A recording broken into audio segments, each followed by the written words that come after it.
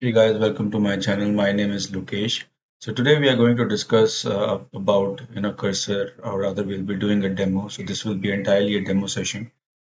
We are learning AI together, so that's why the channel's name is AI for everyone. So or AI for all rather. So if you are in Gen AI world, or if you looked at some of the Gen AI capabilities, especially on the coding front. And if you have some technical background where you have coded something, or even if you are a non-technical person and you don't have much idea about the coding. So Cursor is a tool that is developed by a company called Anysphere. I think, yeah, it's a company called Anysphere. And it is meant for those people who are either pro or either beginner to do the coding and develop various kind of applications, be it a Gen AI based application or be it a non-Gen AI based application. It could be an application that you could use in your day-to-day activities. You don't need any coding experience at all. So just like you type in your questions in a chat GPT window or any other Gen AI enabled chatbot. When you type in your question, it gives you the answer. So in the similar case, what it would do is you just have to type in your idea or the question that you're asking, and it will try to generate a list of steps so that you can follow in order to build an app. So I tried this yesterday and I tried to build a web app, and I was able to build the front end part of it maybe in 1.5 hours to 2 hours, so which is considerably faster if you try to do it with a normal route of coding on your own. And to be honest, if there was no such tool available, I might not have tried. So let's look into this, and before looking into this, let's maybe study a couple of important things. So we just go through this content. So Cursor is a proprietary AI-powered integrated development environment. So it's an IDE. So which one means you will have to download it from their website. So once you download, uh, you will be able to see this window, which we will use in order to do our stuff when we are doing the demo. So you can download this and again, going back to the wiki page, so it says designed to enhance developer productivity by integrating advanced AI features directly into the coding environment. It's a fork for Visual Studio Code, so which means it is built on top of Visual Studio Code with additional AI features like code generation, smart rewrites, and code-based queries. Cursor is proprietary software and developed by Anysphere. So this is developed by Anysphere, although it is a fork of Visual Studio Code, but they claim that it is only used. It is a proprietary tool. So maybe what they would have done is, I think one important point that comes into my mind is what is the meaning of fork in this sentence. So that's why what we are going to do is we are going to use AI. So we'll say, and we are using Gemini because I've taken a plan or purchased a plan along with the Google storage, so it lets me do a lot of stuff. So what does, or maybe what does fork mean with respect to the below sentence? So let's see what it is mean. When something is described as a fork of another tree, it is a fork of visual. It means a copy or branching of independent development.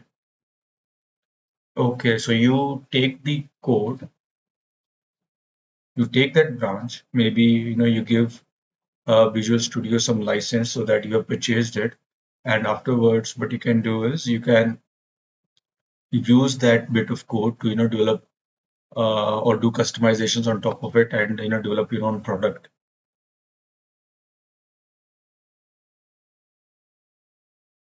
So you can see a purpose of forking are adding new features, different vision goals, experimentation, maintaining an older version, community contributions. There are a lot of things behind it.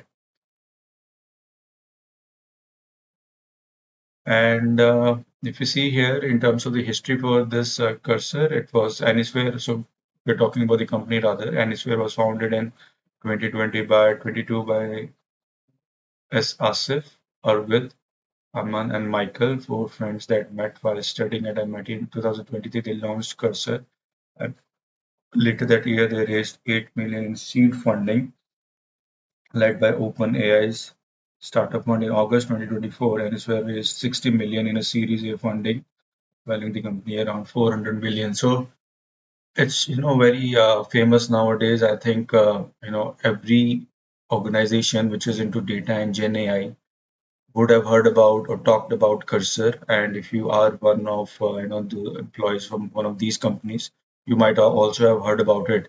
So what we are going to do now is we are going to do a demo. So our problem statement is, and this is something we are working uh, as a main project, during my office hours. So that is, we are exploring text to SQL generator. We already have a text to SQL generator, so we are maybe looking to enhance that, so that it works in production. So, but for me, since I was not part of the implementation team, I would be interested to know, how we can generate a text to SQL app or text to SQL generator. So we'll look into that. So let's try to do some demo with the cursor. So type in cursor.com. So this is like the website. So as we discussed that this is add-on, or this is a tool that is built on top of Visual Studio. So it's a kind of a window-based application. So which means you would have to download it on your desktop, and you will find links to download it even if you are a Apple user or a Mac user or a Windows user. So, but before we're downloading, let's maybe try to sign in. And you can either create a new sign up in an account just dedicated for Cursor, or you can leverage your existing credentials or existing account. So we are going to use Google, and here you have various options. We can go with a Gmail account.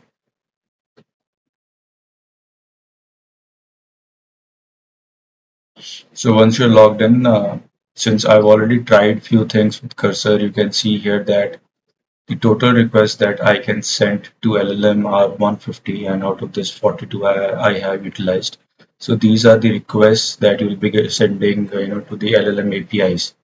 So we'll see if the demo that we are going to do, uh, goes beyond 150. If it does, we might have to go for a pro account, which will have more requests and more faster requests. So one thing is, I think since these are all API calls, so the preference would be given, to the API calls which is coming from a pro account, which means if you're using a free account, you might have to wait in the queue. And it was last reset on June 8. I'm not sure what last reset means here, but that's fine. So now we are logged into the cursor. So we can probably go to the home page. And I've already downloaded the cursor. So what I'm going to do is now is going to open the cursor desktop app. And this is how it looks like. Now, what we're trying to do here is we are trying to, see how the cursor works, or we are trying to get familiar with the cursor. But you need to have some agenda in mind. So, for example, you can say, in my previous or in my first interaction with the cursor, I thought of making a web app, and I was able to, create the front end part of it. But for this demo, we'll try something else. And this is from the inspiration comes from my work. So there we have been working on an app which I think is built by some other developers, but it's a SQL text to SQL app, which is like, what happens is, which is like you have a UI. So this is a UI. Let's assume this is a UI, and there is a prompt, just like there is a text box, just like your Chat GPT window. But the primary objective of this app is that whatever you know prompt the user is going to type, that would be in the form of asking questions. So you will have some database. So these could be your SQL database. These could be your Databricks inside Unity Catalog, which is in Databricks, if you are aware of it. Or this could be a bunch of Excel files as well. So now what it has to do is, since as you know, I mean, as you can clearly uh, make out from the name of the app, which is text to SQL. So this is text. Okay, so uh, let's say I type in how many cars were sold during last year. So let's say I type in this question. So this question at the back end would need to be converted into a SQL statement. This needs to convert it to a SQL statement. So this will be select count, maybe ID if it is associated. Um, that this could be an ID, if it is associated, or car ID, we can say that. If it is associated with the car, select count cars ID from fact cars where year equal to 2024. So it has to convert it into this SQL, and then this SQL would hit your database. It will fetch some results, and let's say it comes up with a figure of 1 to 1. So this now has to be returned to the front end. So this is how the text to SQL application looks like. Now I have no idea how they have built that application. I think they're saying they have used LangChain or LangGraph tools or frameworks. But what we are going to do now is, so when I said that you have to have some agenda in mind, so that is what I meant. You need to have some application in your mind so that you can play around with it. So we will be trying to generate a text to SQL kind of an app, and now let's see whether we are able to make that or not. Now again, let's go to the cursor window. So before maybe start to create our app, there are a few things that you can see here that it's saying pro trial. I think the trial license lasts for maybe 2 or 3 weeks. So after that, maybe I will not be able to know, use it. And that is why I think the reset date comes into picture. So the reset date was 8th of June. So which means maybe, 8th of June plus 14 or 21 would be the days during which I can play around with this without paying to the cursor organization or the company. And then you can see here there are three options: open a project, clone repo, connect via SSH. I think all of these three options would be more suitable if you already have a code base. But for us, since we want to create it from scratch, we would be using this add context window. And before we look into this, there are a few things that you can see here. There is a feature, there is a this thing of new text file, new window. Now, what's the difference between text file and window? Maybe new window is going to take us to the okay. Okay, so this is new window. So this is opening another instance of code editor maybe, but we don't want that. And then there is new text file, so we can open that text file, but that would be a blank text file. Can we save this as well? I'm not sure. Yeah, we can save this, so we can probably save it under some local folder. Maybe we can save it Let's go back to D folder. Maybe we can create another folder for cursor experimentation.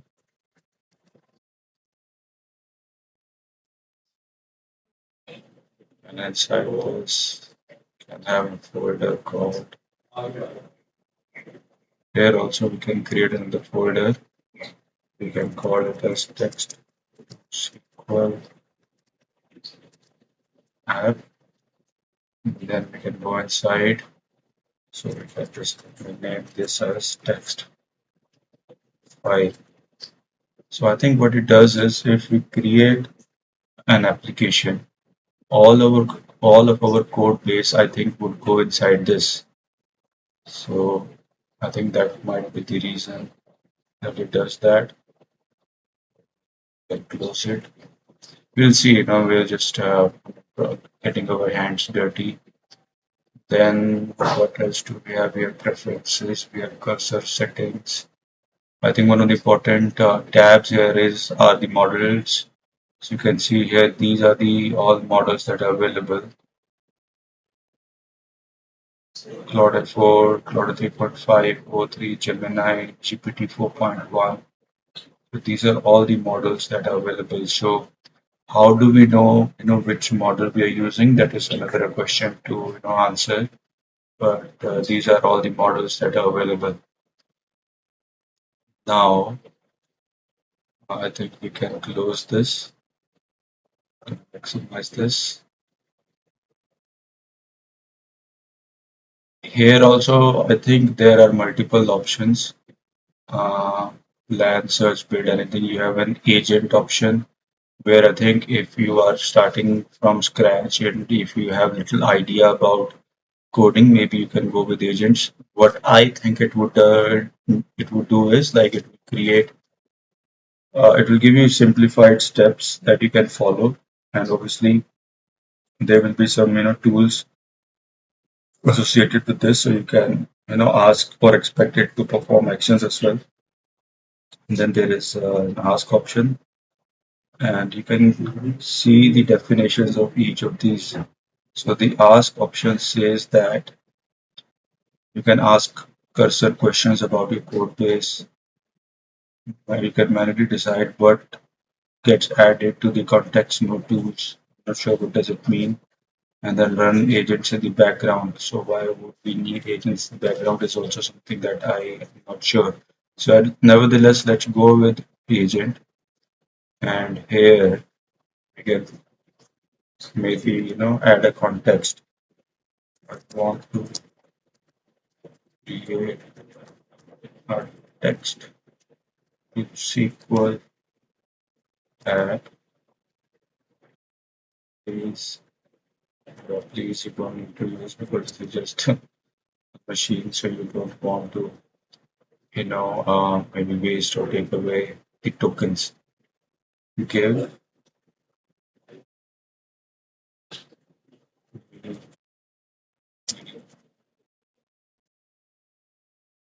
just detailed steps that I should follow to create text to SQL app. So let's say what it throws as an output. Creating it involves several steps from planning and setup to implementation and deployment. Already fine. So I think it's still typing. So maybe let's just wait for it to finish it up. Okay. Define requirement. Decide the use case, what kind of database inquiries you will support. Example, select join target work with the app database, which database is with MySQL, PostgreSQLite. Design system architecture, front end web app, desktop app, or CLI. Backend API server to handle requests, process text, and interact with the database model. Will exist use an existing be like database where will the set up the development requirements. Python, set up version, store dependencies, prepare the database, implement the NLP model, build the backend. build the front end, testing, security, deployment. So it has given us a list of all the steps we have to follow. Along with the steps, it has also, try to classify it. Where does those steps may fall in the software development life cycle, which is SDLC. Optional enhancements, visualize query results, allow users to edit. So let's say if you want a step-by-step guide for a specific task, example Python plus fast API, let me know. So now we need to figure out, what we need to do. Front end, web app, desktop app, or CLI, API server, standard process text.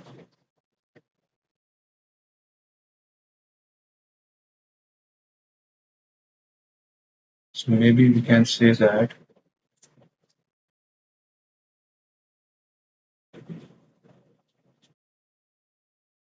setup, development setup, update environment,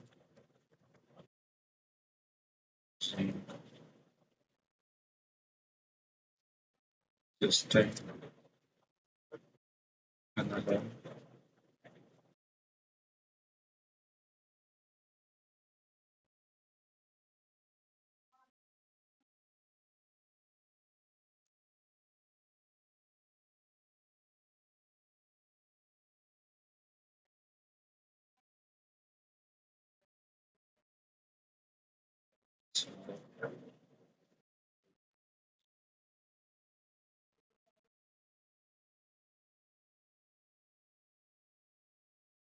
Testing, current, sure, cost. Right here, you should choose the tech stack, backend, Python.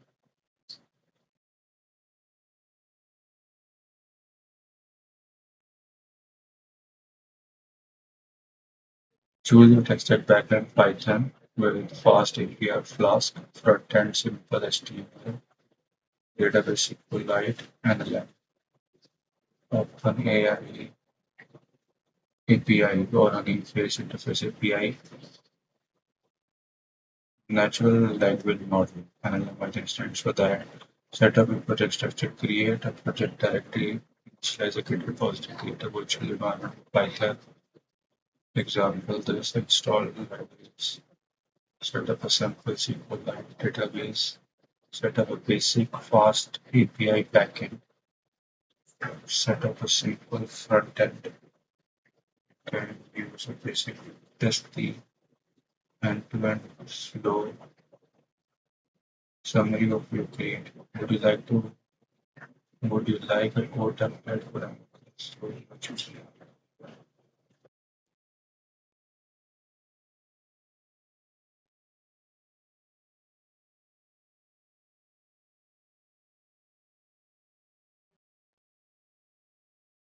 so it is asking, would you like to create a code template for any of these steps? So far you've seen that this is all, questions and answer type of things, but I want Cursor to start creating some files for me as well, so that I can use those files to question prepare the template,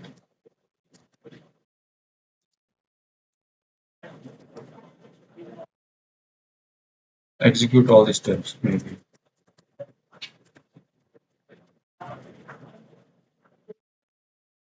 Let's see whether it does that or not.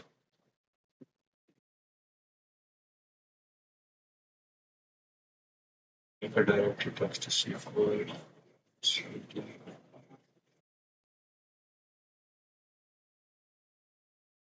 so it has given me this command. Now I'm not sure where this is going to run.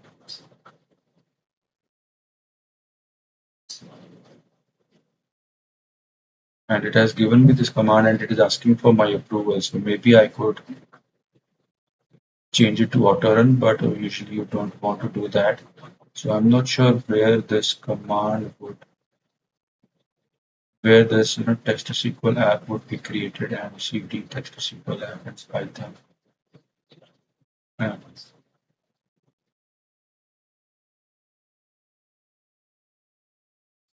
So maybe I can, instead of this command, maybe I can ask it to go to a particular location.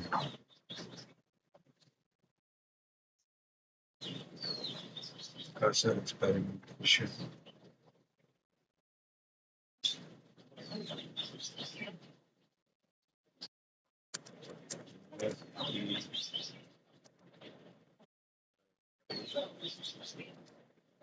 Yes.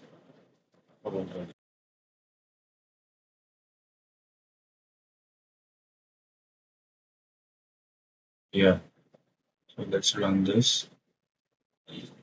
So now it is going to run this directory cd cd what is the cursor text to SQL and scripts activity keep installed. So it's installing fast API. Fast API is a way to maybe call APIs. Maybe since I'm not too familiar with the front end applications, especially the APIs, so you might have to ask these questions. What is fast API? Fast API modern and performance operating services are very using Python as key using the technology. Is designed for speed of fun on par with or fast to core development increases. So modern high performance with web framework for building HTTP-based service APIs. This is used for building APIs. Essentially, used to provide simple environment service like Flask while offering the performance robust features necessary with large frameworks. So building RESTful APIs, Microsoft real-time applications, machine learning model, fast and continuous expose machine learning. So this is used for building APIs. So why are we building API? That is also not 100% sure. So what is the meaning of this command? We can check for that.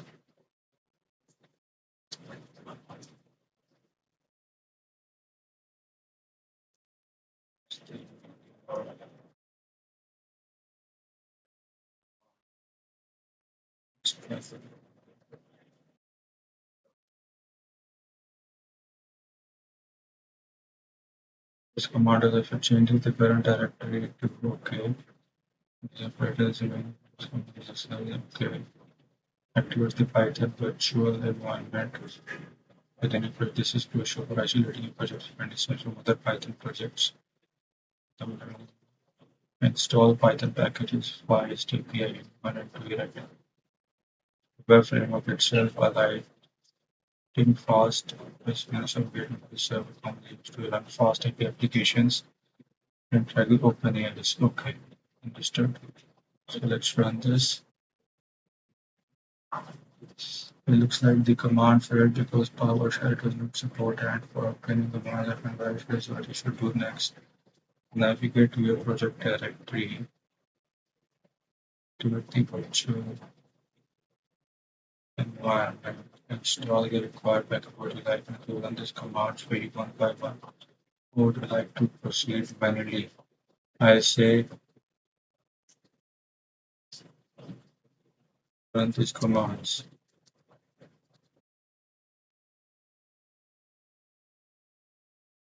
CD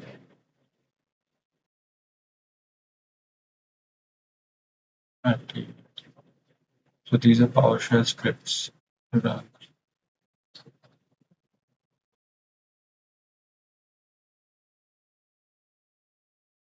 This is all this happens. And in the meantime, it appears that the command is which means actually the option or the share does not recognize the table.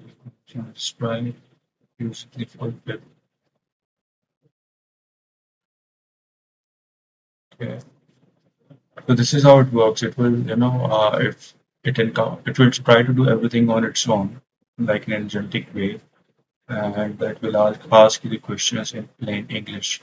So sometimes I've seen that, it keeps on asking the same set of questions and repeating the same set of command. So in that case, if you have a little bit of coding background, that comes in handy because you have to break out of that loop. So probably you'll have to do some of the steps manually. Maybe as it was suggesting that you can use PowerShell, uh, you know, PowerShell to execute certain scripts. The PowerShell is nothing but another way of executing some commands without the use of UI. It's similar to your command line or command prompt. So let's run this.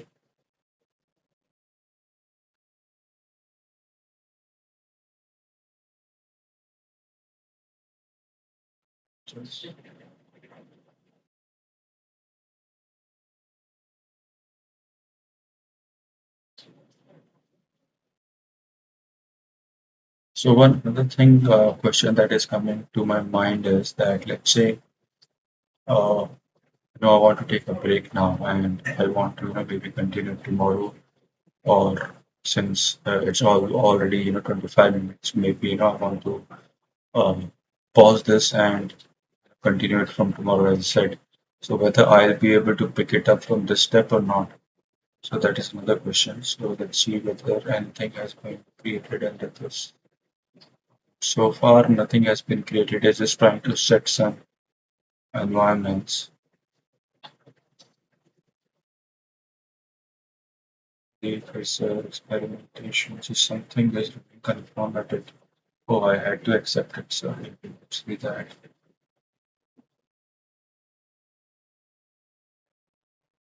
Okay. So now I think it would have created one file. So you can see that it has created one file and it has opened that file for you on the left side, just like what you would have seen in the Visual Code Studio. So what has happened here? So one thing that I'm finding it difficult to understand is when the error message comes in, how do I get notified whether they would be it would be written in red lines, or the lines would be like color coded as red. So I'm not sure how that would work out.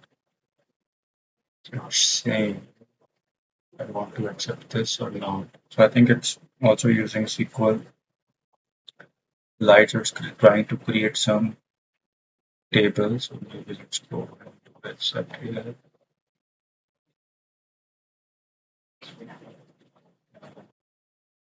Run.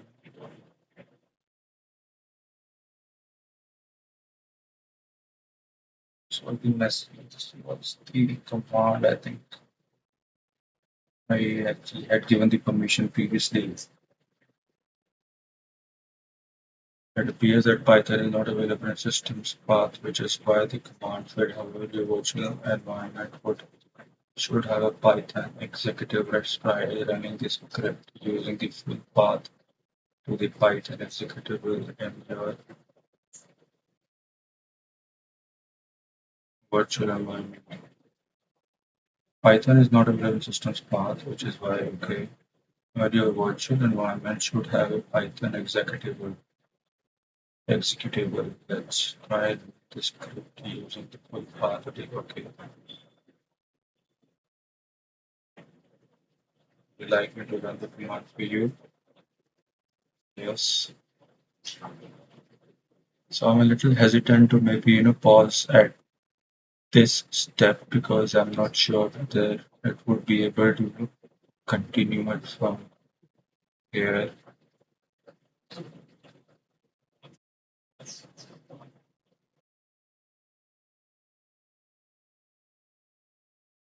You it does not exist. It suggests that the version was not created. This is live. I neither prefer Python from the RV next steps. Recreate the version you project directly install the required file on the database setup script. So at this point in time, I would say I like to pause it. So I am going to pause this after I end this video, and let's see whether we are able to get this working or not, then there may be some way to select this.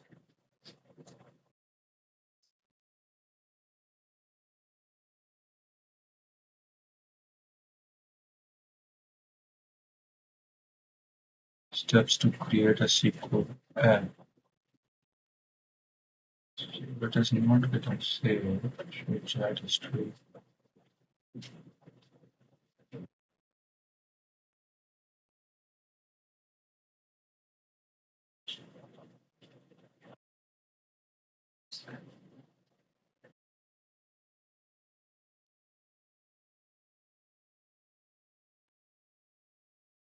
Share whether it has got saved or not.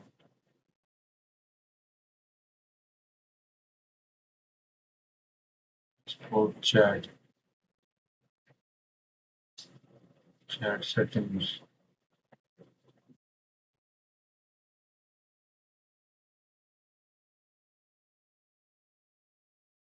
I'm not sure, So hopefully we'll be able to continue from here. But you can see, the capabilities of Cursor. It has created a file. You can seamlessly, use natural language, and you can create any application using this. So I hope this was useful. Useful, guys. So we'll continue in the next video. So till then, take good care of yourself and don't forget to subscribe. Thank you, everyone.